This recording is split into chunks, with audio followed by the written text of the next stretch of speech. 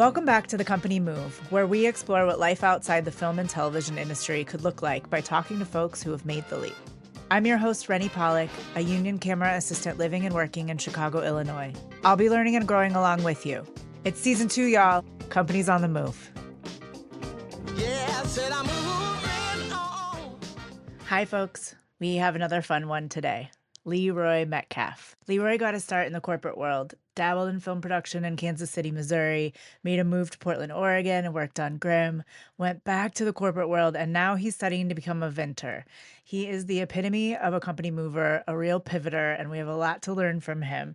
Robyn joins me on this one. It's real fun, and I can't wait for you to hear it. So let's go. Welcome to Company Move, Leroy Metcalf.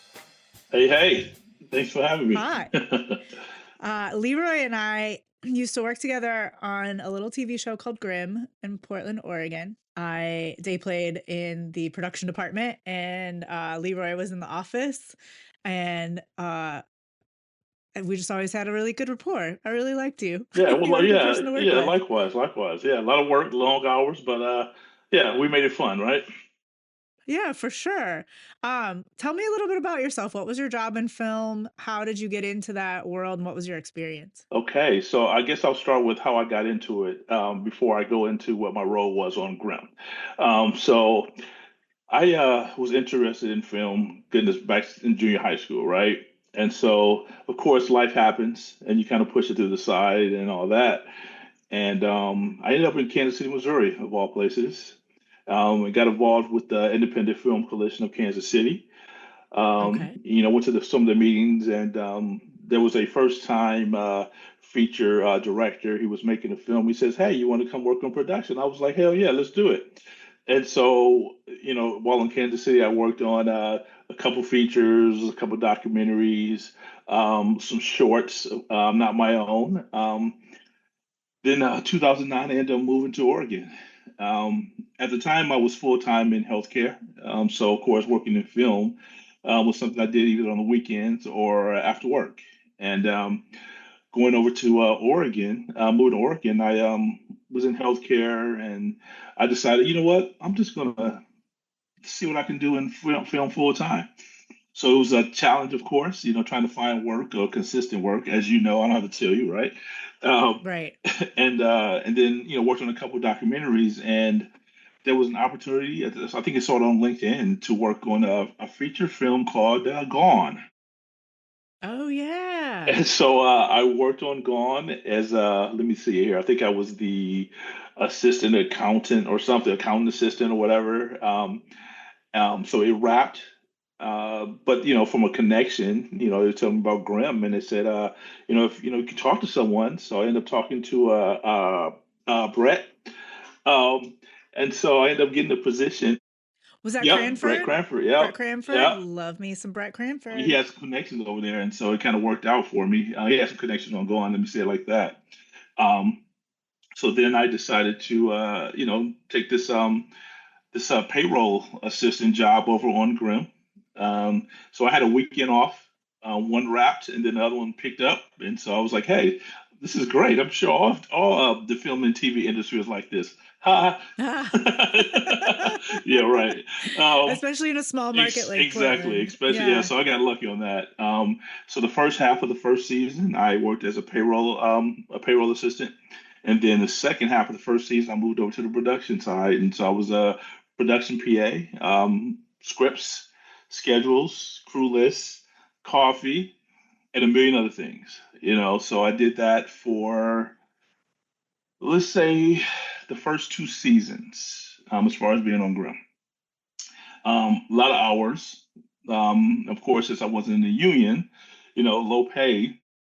And then, Right. then of course I had other responsibilities that I had to say, hey, I need to go back in healthcare.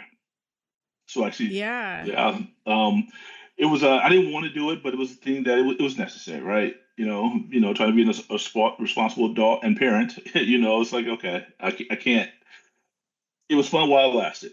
Um, Right. I have so many questions. sure. I want to also let the folks who don't know what an office PA does or is, or what a production office is in general is there's a lot of people that work behind the scenes in an office to make sure that what we do on set is there for us. And they are kind of the unsung heroes of what we do and very unsung and unappreciated Absolutely. Yeah. a lot of times. And I know that like production coordinators and production um uh a lot of production like it's a salary job, basically, like a week you get Yeah. a weekly or like, Yeah. you have a set Yeah. you It have a was, set rate, yeah. even though you're working overtime, you're not getting paid overtime. So Well, sometimes the production assistants on set are making more money than the person who's making sure that everything's running smoothly. yes. And if I'm not mistaken, we were hourly. So, of course, we got overtime, which was all As a PA, as a you were PA. hourly, Yeah. As yeah. a PA. Yeah. Mhm. So, yeah. But like you said, it was, there was a lot of work we did. Bertram was not Correct. hourly. Right. Correct. Yeah, yeah, yeah. Yeah. Yeah. Some of my other questions. So are you from Kansas City, Missouri? Did you grow I up did there? not. I am actually from Detroit, Michigan. Uh, Okay. yeah, so I'm actually now in my Midwest. Midwest. Yes, I'm now in my eighth state, but I was in the Wow. military, moved around a little bit. So Okay. yeah, You were personally in the military? yes, Nice. yeah, Nice.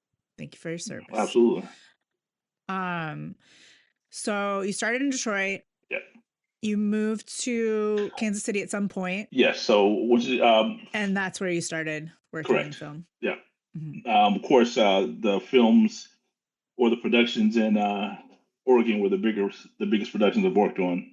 So yeah, Right. Yeah, and that was like a golden time in Portland. There was some really great work happening all at the same time. A lot of people bought houses off of working on Grimm. yeah, Like there was that was a good time. yes. Um, so you were working in healthcare. What were you doing in healthcare? So I've worked on pretty much three, let's say, parts of healthcare.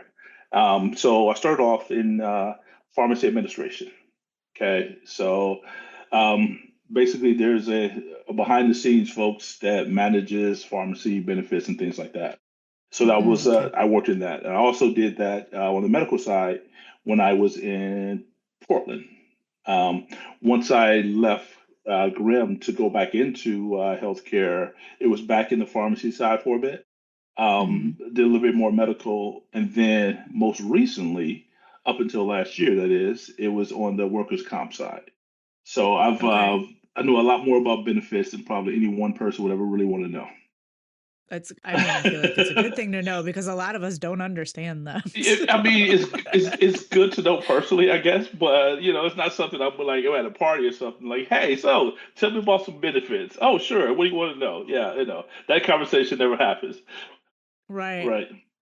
So you're kind of a different kind of guest too, because you already had that background of working in a specific industry, and then you were enticed by the excitement of Yes. the film industry, and then you got the reality of what, you know, um, if you weren't quite sure where you went, like, did you have an ultimate goal? Did you just really think it was cool and fun to work in the film industry, or did you have an ultimate like goal that you wanted to get to and to hit?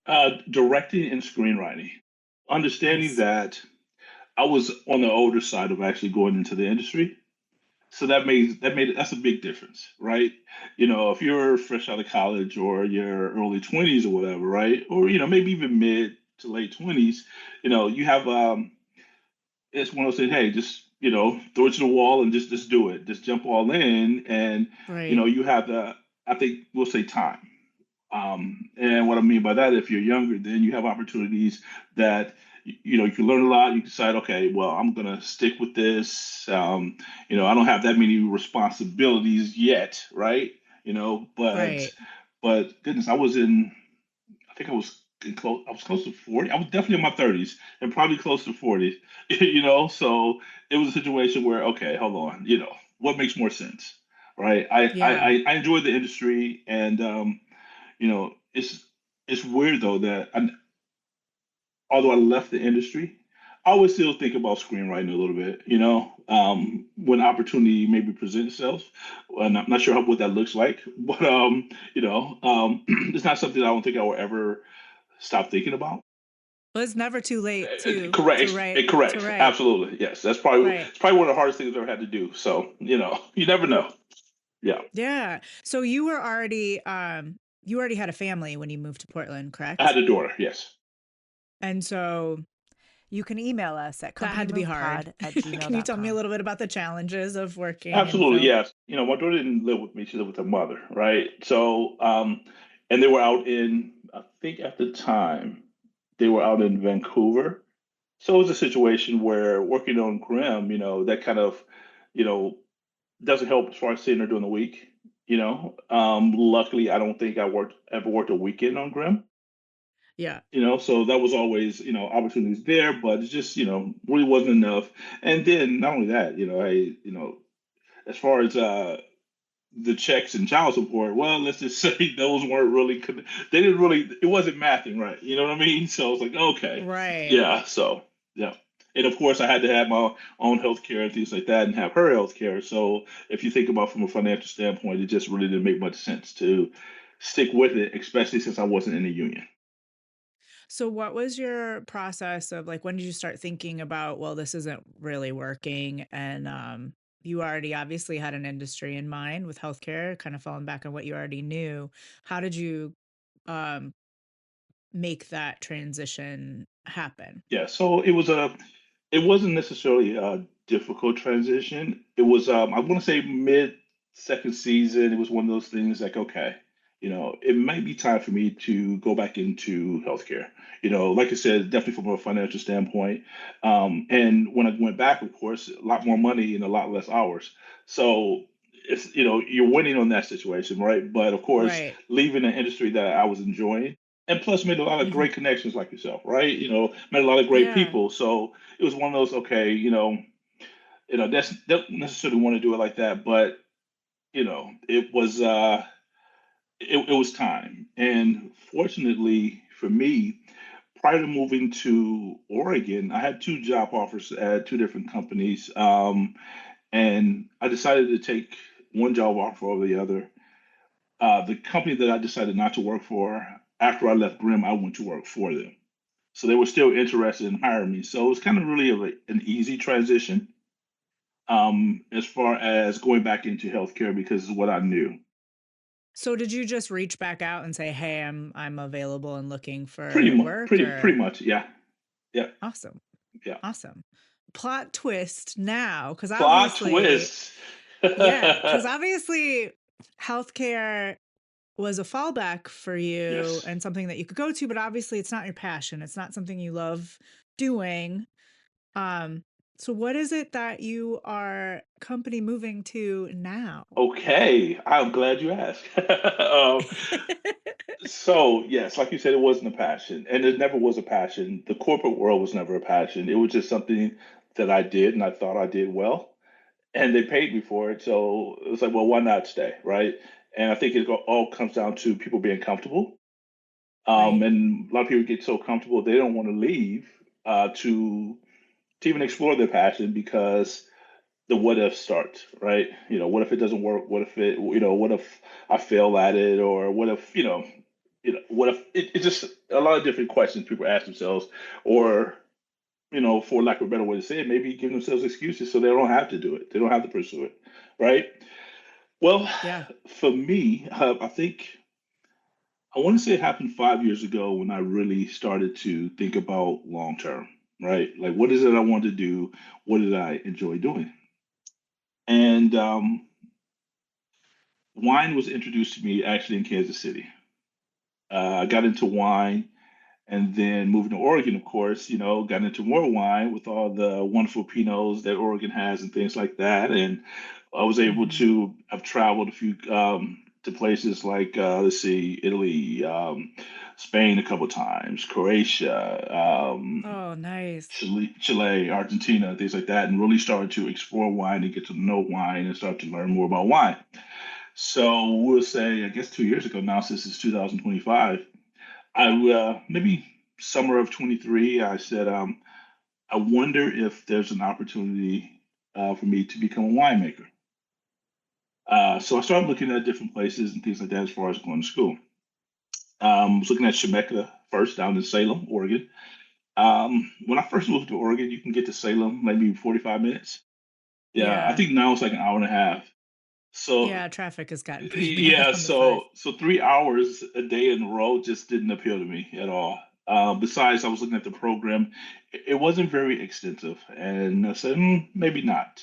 Um, I looked at Linfield College down out in Newburgh. They have a great program, but they have a huge price tag associated with that program, and I was like, okay, well, I don't know about that. Mm-hmm. So let's back up a little bit, maybe 2021. Some friends, one of my wife's high school classmates, her and her husband started coming to Walla Walla, Washington. As they say, the city is so nice, yet they named it twice, right? Yeah. And so, we started coming up to Walla Walla, and I'm starting to get familiar with the wine here, the varieties they have here, and things like that. And so, the thought was, well, Walla Walla has a community college. Why not Walla Walla Community College? So I started looking at the program, and this was probably closer to the end of 23. Started looking at the program, went on the website and things like that. So, um, as a little sidebar here, the first time I ever had wine was in Kansas City. I went to this, it was a wine shop called Cellar Rat, and the very first glass of wine I had was a Spanish Red, and it just Mm. blew my mind. So fast forward to end of 23 when I was looking at the website, looking to see what programs or classes that Walla Walla Community College have because they have an extensive program here. Um, I saw the face of the lady that poured me my first glass of wine back in Kansas City. What? And she's also going through the program. And when I saw her Are you face, serious? That's insane. I said, okay, this may be where I need to be. And so I like to say that the universe was speaking to me, and so I decided to take the plunge. Oh my God, I love that. That's such a crazy coincidence. Or, Absolutely, or we're just in a simulation and it yeah, was meant to be. absolutely, absolutely, yeah. So right now I'm in the second quarter of school. So yeah, so far so good. Learning a lot. Um, it's there's a lot to learn, but I'm enjoying it. So you're no longer in Portland. How long had you already moved to Walla Walla No. when you saw this program, or are you guys moved for Well, so the program? right. So and we moved for the program and the taxes. So Yeah, yeah, yeah. we started renting this townhouse in November of 23 with the idea that I would start in the fall of 24. We still have a house in Portland that we're renting out. Just Nice. makes sense. Just don't let it sit there, and we don't really want to sell. Right, right, Great right. interest rate. You know what I mean? Um, Yeah. so so we've been renting this townhouse technically since November 23, but we really have only been here in Walla Walla full time since July of last year. Are you working at the same time as you're going to school? Not currently because it's the winter time and trying to um, find wine jobs here in the winter are, unless you've been working at a winery for quite a while or really know someone, it's a little difficult. However, Okay. in the fall, so I did this past fall, I did a harvest at a winery here, which most people do. So once weather started warming up, there's going to be more jobs in tasting rooms and things like that, which I will do once that happens. Um, I had an opportunity, and probably still do, that my former employer said, "Hey, if you want to do some part-time work, let me know, and I can do that." It's an option, but sometimes my classes are a little demanding. Right now, I have 17 credit hours, and I don't think Wow. time would allow me to have that part-time job working something totally different. So as of right now, I'm not. But like I said, once it starts warming up, then there's opportunities abound, and also an internship for like 3 months in the fall. This is, I mean, this is an amazing second act for you. And then I'm going to ask you some personal questions you don't have to answer if you don't want to, Okay. because I know some people don't like talking about money. Okay. But for this podcast specifically, and I asked this of my previous guest as well, like uh going back to school as an adult seems so daunting Yes. and so expensive. And how are you doing it? How did you prepare? Like, not working at the same time has to be difficult. Like, can you tell me a little bit about how you prepared to go back to school? Sure, absolutely. First, I have a spouse, and it's one of those things that if she wasn't on board with it, then Mhm. you probably wouldn't be having on your podcast right now. But I'm saying Right. that helps That's helpful. that helps out a lot, right? But not only that, consider I'm a veteran, and it's a community college, so it's not a university and all that. So that means first of all, it's going to be a lot cheaper, right? And also it's in-state tuition because I we started renting it in 23. So they gave me they gave me the year, like, okay, you've been a resident long enough, so we'll give you in-state tuition, plus you're a veteran, so half off on whatever the remaining Amazing. balance is. So it's not it's not expensive if you put all that into it, right? If you calculate all that up, the costs aren't really expensive. Yeah, Right. but we're in a good place too, so that helps, right? Yeah, Having some yeah. savings Oh, absolutely. and Yeah, having a yeah, nest egg yeah. 401k, and the having a whole nine. supportive. Yeah, having a support spouse. Yeah, Absolutely. Yeah, yeah. that's amazing. What does your wife do? She works for a Medicare Advantage startup out of Boston. Okay, Yeah. great. So So, she's doing great. yeah, yeah, yeah, That's awesome. That's helpful. yeah. Yes. That's like I've been trying to find more people that are single going back to school and like, how did you do it? Yeah. Please tell me how you did it. Yes. Um, But not to not. I want to touch on something you mentioned. That you said going back to school as an adult is daunting. It is because it's one of the situations that I had to learn how to study again, which yeah, I'm still trying to figure out what works best for me. So to be continued on that, but it's one of those things that you have to commit yourself to, like, okay, I need to read this, or I need to go over all this work and things like that. And if you decide to go back to school, you have to be a student. As much as you're like, oh, I'm an adult, I'm grown. Yes, okay, but you're a student too. And right. so, There's still assignments. absolutely, absolutely. So yeah, so that's one of those things that has probably been the biggest challenge is really trying to get rid of the distractions and oh, just turn the TV off. I know I can watch the show, but I can turn the TV off and let me read and just get prepared for the next day or whatever the case may be. Some of my classes, it's kind of like the production office. Some of my classes started 4 days a week. I have a 7:30 a.m. class. So, that's pretty early. And if I'm not mistaken, I would have to be at the production office at 7 or 8. I don't recall. I think it might have changed from day to day. But so, yeah, it's one of those things that, you have to, I guess, kind of retrain yourself on becoming a student again.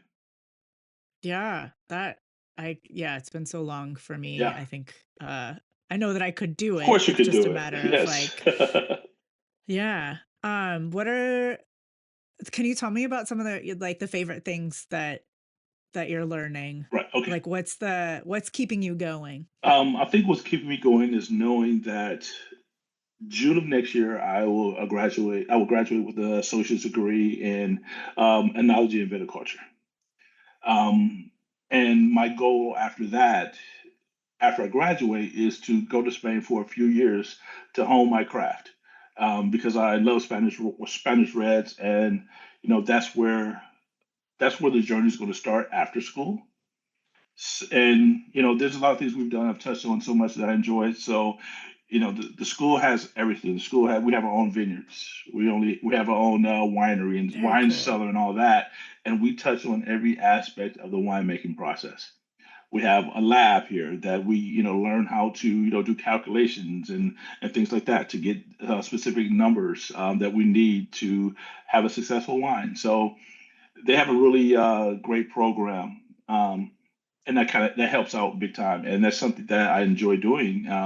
You have you might have a wine that you've gone through the fermentation process. It's just sitting and the sugars are going down like you need them to do and things like that, and you taste it and something's off about it. As a winemaker, you have to determine what you need to do, and you might have to add something to that. Well, what are you going to add and how much of it you're going to add? And so just learning the moving parts It's a lot of of making wine. chemistry. There's chemistry. There's chemistry. Hmm. We've so far we've made because I've been on a team. We've made three different wines. We've made a Malbec, which is currently in barrels. We've also made a Cab Franc, which are in barrels as well. Um, What is that again? a Cab Franc, Oh, Cab Funk. I've Franc, never heard of that. Franc, Oh, Franck. Franc. Yeah, Franck. Cab Franc. Yeah, Franck. yeah. Got it. Got it. I was like, It's Cab Funk. That sounds awesome. it's my eight state accent. So Uh-huh. just figure out which one it is, and there you go. Um, and so we'll each of us will get a case of it right before graduation of each of those, and then we made a this little carboy, not so big or whatever, of a Roussan, Marsan, and Viognier blend, and it turned out pretty damn good. So All right. yeah, yeah, yeah. So you say you want to go to Spain. Like, what are your steps? Have you already reached out to some vineyards in Spain, or like, what are your next steps to be able to go live over So there? I've kind of how can I say this? Initiate a process for me to do a harvest, right? So every year, like I said, every fall, all the students they do a harvest. In in Walla Walla alone, there's probably close to 150 wineries. So we probably will have our pick of the litter as far as where we want to work. But what I'm currently trying to do is get some connections to go to Spain to do a 3 month harvest over there this fall. Okay. Okay. Now, if that works out, that's great. I could actually, turn that into, a long term thing once I graduate, right? If not, I'm at least set the stage, as they say, right? Yeah. To help me get over there once I graduate. So worst case scenario is that I'll only only be able to work over there after I graduate, as opposed to doing an internship this year. But I'm trying to do both. So to be continued. Yeah, I definitely am going to want to follow up with you Yeah. because when we talked on the phone. I was like, well, I guess I'll just wait for him to finish school. And you're like, you're not going to want to wait 2 years to talk to me. And I was like, you know what, you're right. Let's talk now. So yeah, so last fall I did a harvest at this winery called Valdemar. Valdemar has a parent winery in Spain. It sounds like Voldemort. Right, yeah, right. It's Valdemar. The parent winery is in Spain, and I talked to the winemaker here who connected me to a guy that works in Spain. And so right now, we're in conversations to see if there's some opportunities that would arise for me to come over there in the fall to do a harvest. I love that. So you've got some things in the fire Yeah, to make that happen. It absolutely. sounds like you're the type of person who is like, I'm gonna do this thing, Yeah, pretty much. Yeah, and you're gonna do it. yeah, yeah. Um do you find any of your set skills, because like you worked on sets in for fun in Kansas for a long time, and then I mean you worked in the office, but you still got a little taste of set, and then also those skills are important. What are any of those skills that you learned working on Grimm, working on those like indie films, or those any of those transferable to like what you're doing now? Um, believe it or not, yes. Meeting people, and I don't have to tell you this. People working in film and TV, there are some really big egos, and Yeah. you have to be very tactful sometimes with how you respond to people, because you want to keep your job, right? You don't want to, and Yeah. you don't want to get labeled. And so it's one of those things that learning to you have to learn to be tactful. I don't think anyone ever is born with tact at all. You can tell No. somebody to kiss your ass or fuck off, but is that going to get you very anywhere, right? You have to say, well, I totally disagree with what you're saying, and I think we should do it a different way, blah blah blah. So it just really understanding that you're gonna meet so many different people, so many different walks of life and things like that. But I think one of the biggest things is really paying attention to detail. And as they say, one of the things you learn is like, measure twice, cut once, right? Right. That's one of those things that's something that you should use in any part of your life, right? Measure twice, okay, and then cut once, as opposed to like, okay, measure one, cut it, then all of a sudden like, oh. shit, that's not what is supposed to happen. So, Yep. that's a big thing. Um, but one of the things I don't think I've ever told you, or you didn't know this, is that I was the collating king. Of course, I had to deal with all the scripts and things like that. But I used to use the copier machine with different color paper in it Ugh. to save the trouble of having to collate it after the fact. I just had the copier machine print it and collate it for me. So, Well, like the actual, like, you knew the page colors and yes, like had them like yes. line. It took me Oh, a minute to get the count right, but once I got the count right, that was easy peasy. Yep. efficiency Yeah, king. yeah, All absolutely. right. Yes, yes. That's funny. The collating king. I love that. Did Jennifer know that that's what you were doing, or did she just let it um, happen? I think I might have told Dawn and Jennifer, but Uh-huh. they didn't care as long as they got it in a timely manner. As long as it Right, was correct. exactly. Yeah, That's those all two they are cared great. about. Yep. Yeah, yeah, yeah. Jennifer was the production coordinator. She's one of my very best friends. Yeah. I just haven't seen her in a very long time. Some of my standard questions, because you've worked in corporate as well, and I think a lot of folks, if they want to start transitioning into corporate world, like what would you tell someone hire looking for good candidates? What would you tell them about people who've worked in the film industry since you've had experience I with would working? say that if you are looking for someone that gets the job done, efficient, gets it done in a timely manner, understanding that deadlines are hugely important and they dictate everything, then consider someone that's coming from the film industry because it was all about time. It was all about having tasks and doing the task before someone else could do what they needed to do. Right? People Right. are dependent on you. Right? If the schedules or the crew lists or things like that weren't well, at least the schedules and the schedules and the scripts weren't done. Well, that's holding people up. People don't have time for Yeah. that. Time is money in that situation, right? So Right. yeah, so if you want someone people to work hard and understands deadlines and are committed to their task and their craft, then hire someone that's from the film and TV industry. That's awesome. No one said that yet. That's a really important key, and that's also something that we as film people that are like going through interviews can put as a skill and a Absolutely, strength for absolutely, sure. absolutely, Yeah, 100%. I And love that. and those long hours, people say, well, what do you think about working like if you had to work on a holiday or weekends? And I was like, hey, we average 12 hours a day. That's nothing. You have to do what you have to do to get the job done. So Yeah, yeah, there was never anything unfinished. Oh, a for 10-hour day is like a luxury. yeah, yeah, So yeah, that's fair, absolutely, yeah. But yeah, there was nothing unfinished as a way to say that, a lack of a better way to say that, when you left for the day. Everything you needed to do was done. yeah, Yeah. I mean, Yeah, ideally, ideally. sometimes they push some Yeah, yeah, scenes. right, absolutely. Yeah, yeah. Is there anything that you miss about working in The film? camaraderie. I met some great people. Um, Mm, it was fun. Just getting really to know people, things like that. I can't necessarily say for the most part that's never really been the corporate world for me, we'll say. The last position is probably the exception because we had a really tight group, although none of us worked in the same state. It was weird, but mm, we talked every week, and we actually met at least once a year. We went to a central location for a week and worked and hung out and things like that. But yeah, it's oh, just that's nice.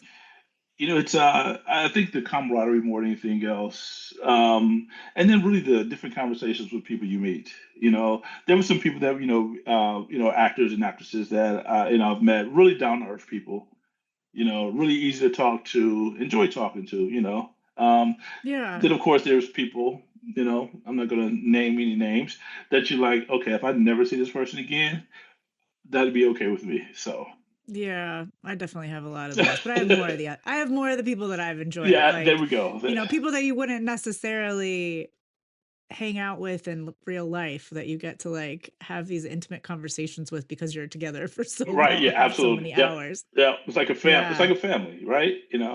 Yeah, for better or for worse. Yeah, Yeah. yeah, because you spend more time with them during the day or during the week than you did with your real family. So Yeah. yeah, Yeah.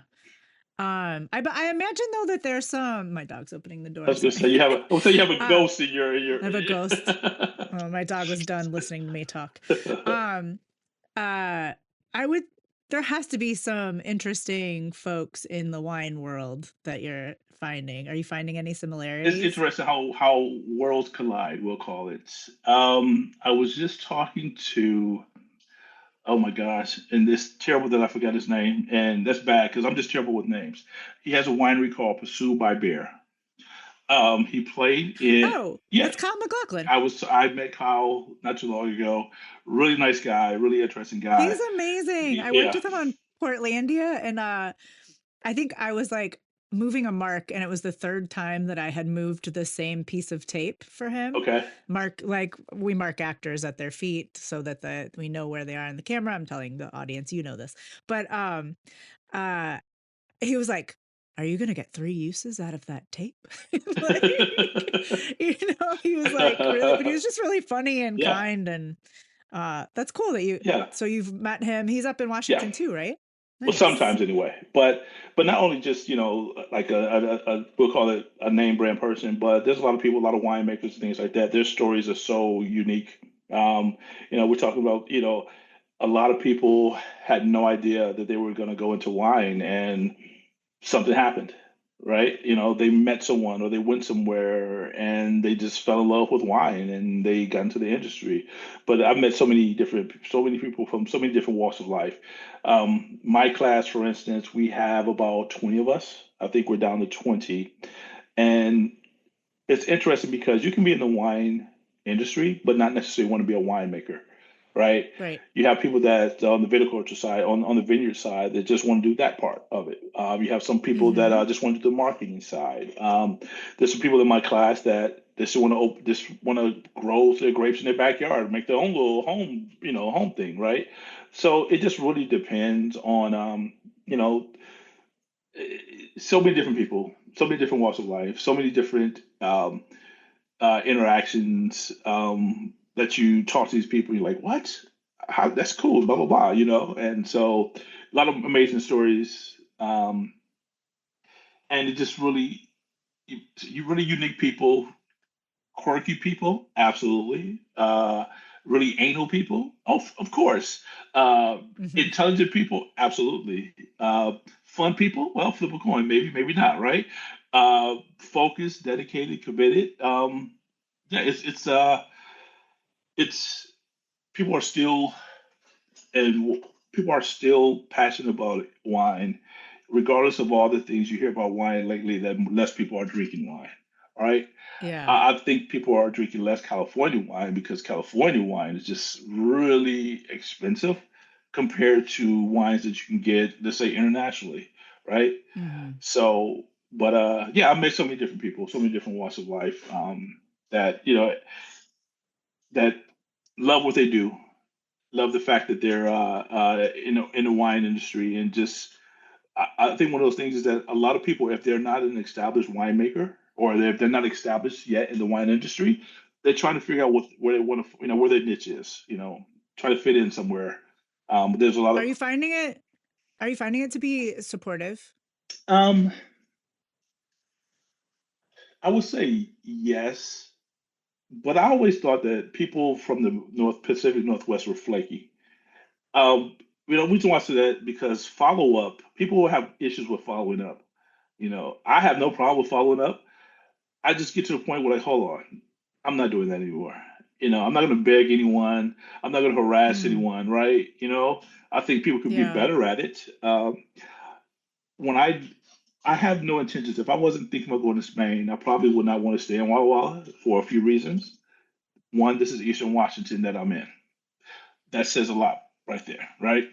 And then, like most there's a lot of people are really close knit here. Me, of course, I'm considered new, which makes Mm-hmm. sense, right? And then as far as being black, there's two black winemakers in the state of Washington, In the whole in the whole state? state. There's less than 1% of black winemakers in the country, and if I'm mathing correctly, it's probably less than 1% in the world. Yeah. So yeah, less than 1% of winemakers in the United States, black winemakers in the United States. I want to be one of those. So And you I will will be. be absolutely. I love that. I should connect you with my friend Lachey. She is a wine journalist and marketer in Los Angeles. Her knowledge of wine is amazing. She used to work at a restaurant called Kismet, and she was basically a sommelier. I don't think she took the test, but Okay. her knowledge is really great. She's a really great journalist. She's just a really cool person. Uh, And she advocates for, I mean, she's a Black woman herself and advocates for Black beer wine makers and Hook it up. I'd sellers. love to interact with her. Yeah, I will for sure. Um, Couple more Sure. questions. Do you ever see yourself going back to working in film? Not full time.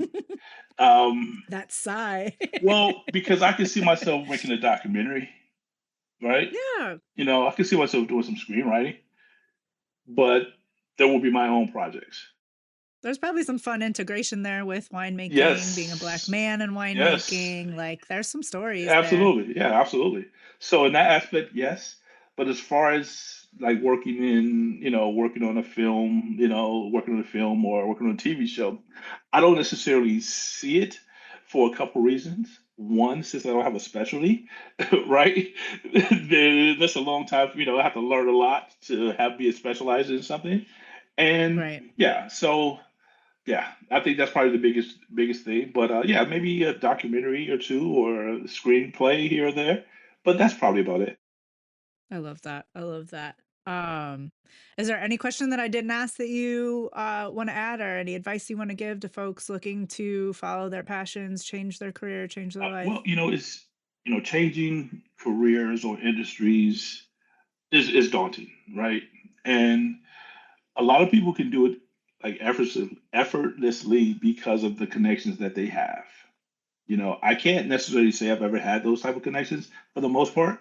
Um, I mean, it helped that I'm going from Gone to Grim, but for the most part, I haven't had those connections. So it's just one of those things that I'm not a shy person. I have no problem with talking to people. I'm an extrovert because if I was an introvert, I probably would not be doing what I'm doing now. It's Mm, just you can do whatever it is you put your mind to do, right? Will it be easy? No, but if you're passionate about it, then you should make it happen. There's a lot of people that stay in industries and jobs 20, 30, 40 years and just never do what they really want to do for different reasons, right? And I get it. From a financial standpoint, that's probably the biggest uh, deterrent for people to do it, and I get that, right?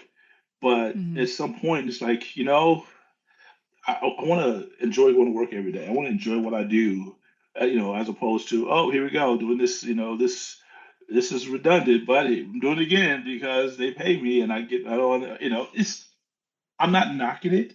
It's just that there's more, right? If there's something that you want to do, then you know, research it. Find people that are in it that's in that industry and that's doing it now, doing it today, and talk to them. Mm. That might give you the push that you need. You know, I mean, if you never try it, then don't kick yourself 20, 30, 40 years from now and say I should have. Yeah, but what are you waiting on, right? Sometimes it might take longer to get in that industry or to move industries, but if you start putting the work in today, then you can get to that point, you know. So That's great. yeah, Yeah, that's great advice. Yeah, do some research, check it out, ask some yeah. people. I mean, you can find anybody. You can find any information you want on Google. Well, never mind. It's a different conversation. You know. Oh no, Uh, I'm with you. I'm working my way through getting rid of social media, getting rid of Google. Yeah, Like yeah, yeah. yeah, fair, You yeah, can use yeah. Ecosia. Ecosia is what I use. Ecosia, ECOSIA, and they ECOS. donate. They plant trees for every like 1,000 searches that you do. Oh, really? Okay, good to It's kind of know. cool. I'll send you the link. I'll send you the Thank link you. for that Please do. Yeah, that yeah, browser. yeah, Um, uh, if I don't have any more, I mean, I could talk to you about this forever. yeah, yeah, But yeah. Robyn, do you have any more questions that you want to ask? Honestly, no, I'm just like kind of thrilled, kind of thrilled that you're doing wine. Like it's so cool. Is it there's one thing? Okay, so one of the things I did learn, and I meant to mention this, but I can mention it now, is that I've learned that the three amigos, and what I mean by that is Washington, Oregon, California, people are really area biased, right? And it's not a Mm-hmm. bad thing, it's just the reality. And what I mean by that, in Washington State, Shiraz, GSM, and Chardonnay kind of are the varieties that people really migrate to. Okay. Oregon, Pinot Noir, and probably yeah, we'll say Cab Sauv. Well, yeah, this is more. Yeah, we'll say wait. So Pinot Gris, we'll say, and Pinot Noir in Oregon that people kind of migrate to. You know, they live in Oregon. They've been going there for so long, or they're close to the to Willamette Valley, right? California, of course, with your Napa and the Sonoma, is the Chardonnays Mm-hmm. and the Cabs, and people love it. People don't really want to change up a little bit, and that's fine. You know, but as far as my four favorite varieties of wine, number one is Tempranillo, right? Not saying they don't make Tempranillo in California or even, or all down the West Coast here, but I been to Rioja, and I've done a wine tasting in Rioja, Spain, and that's where I want to end up. Their Tempranillos are the best in the world. I want Awesome. to make What kind of wine is a Tempranillo? I'm sorry, I'm not a wine expert. I have no It's okay. idea. It's a red wine, Okay. and it's famous in Spain. And in my opinion, that's the best Tempranillos on the planet. What are some of the like notes? What are There's more the like like it's like a dark fruit. okay. You might get a hint of like cherry.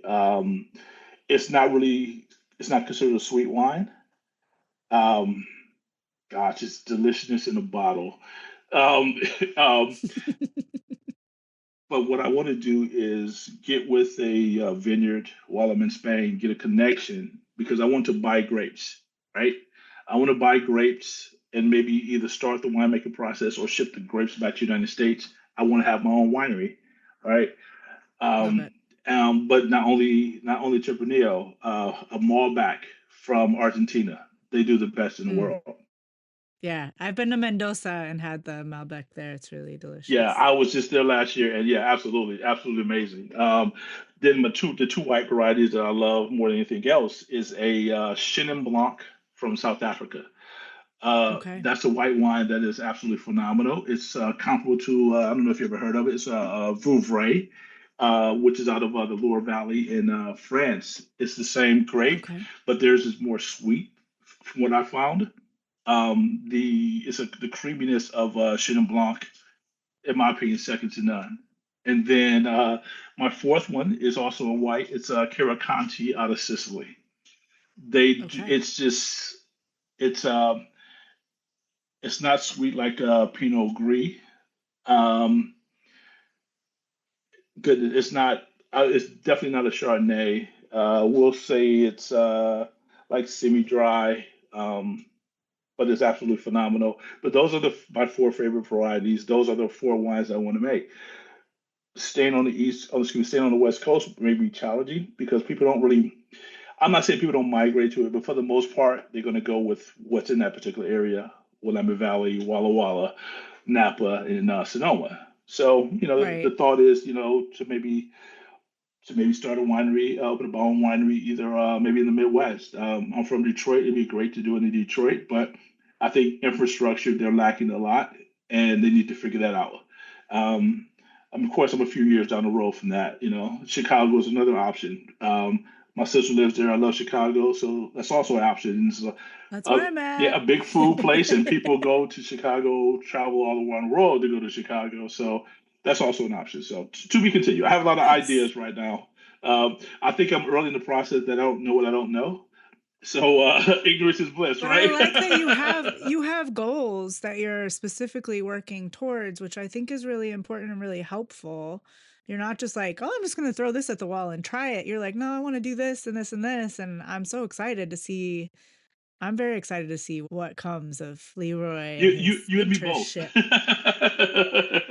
Yeah, It's exciting. it's exciting, slightly scary at this point, very slight, but as time goes on, a lot of questions that I have about what is possible, I'll, be able to answer those questions and, figure it out from there. So, yeah, to be continued. Yeah.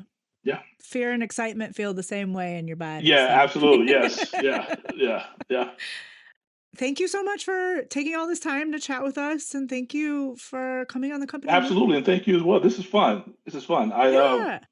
Uh, someone, I think my wife and someone else was like, you should do a podcast. I'm like, yeah, I don't do that. That's not my thing or whatever. So, when I get a chance to watch this, you never know. We'll see. We'll see. Well, it'll just be sound. We don't do video Oh, yet. that's right. That's right.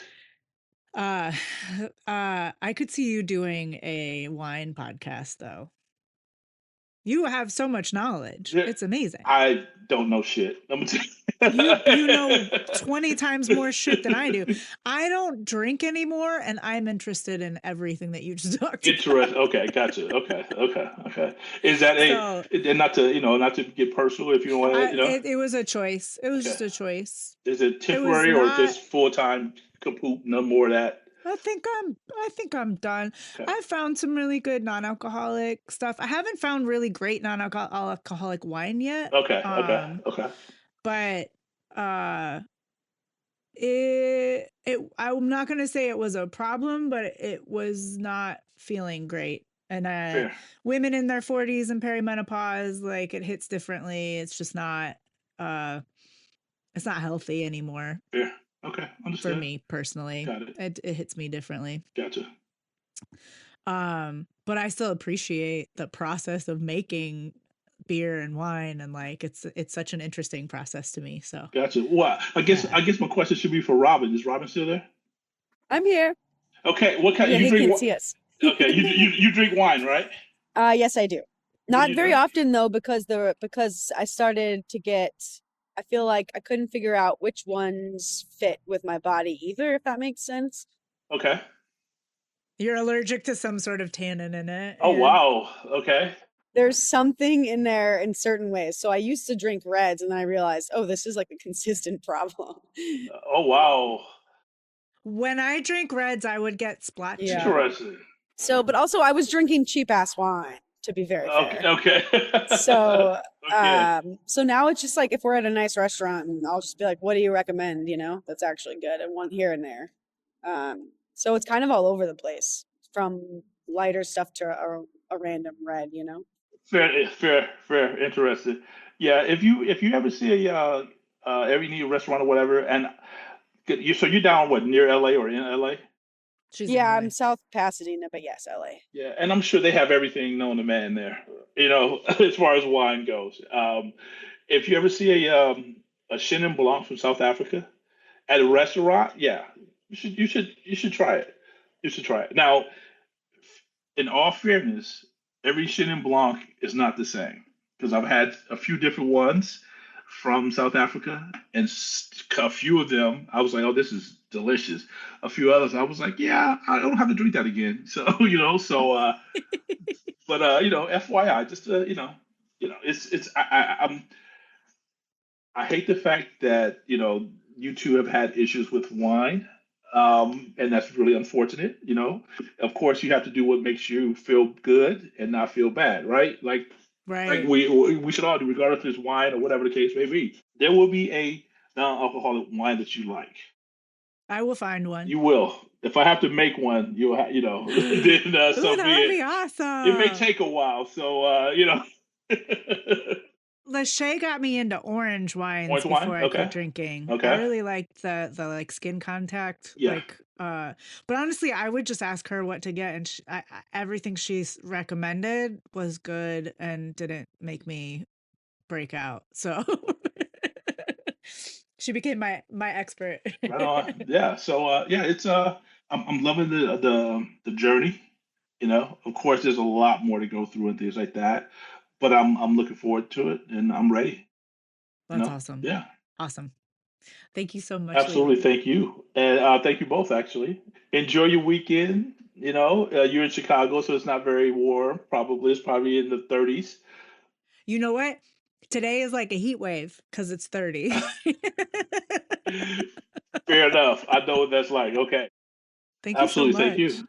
Yes, This has been fun. yes. It was really good catching up with you too. Yes, 100%. Likewise.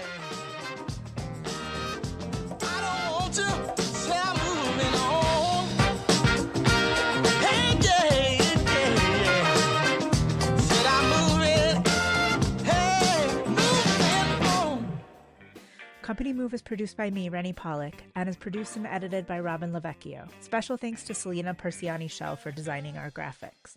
Our theme music was written by Cliff Beach and performed by Cliff Beach and Alex Nestor.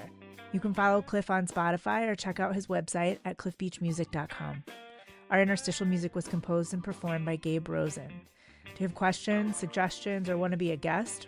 You can email us at companymovepod@gmail.com. We're moving away from Meta, so no more Insta, but follow us on Blue Sky by searching for @CompanyMovePod. Please follow and rate us on whatever platform you listen to us on, and if you like us, please leave us a review. It helps for listeners to find us. That's a wrap for this week. Thanks for listening. Come on back next week for a new episode of The Company Move.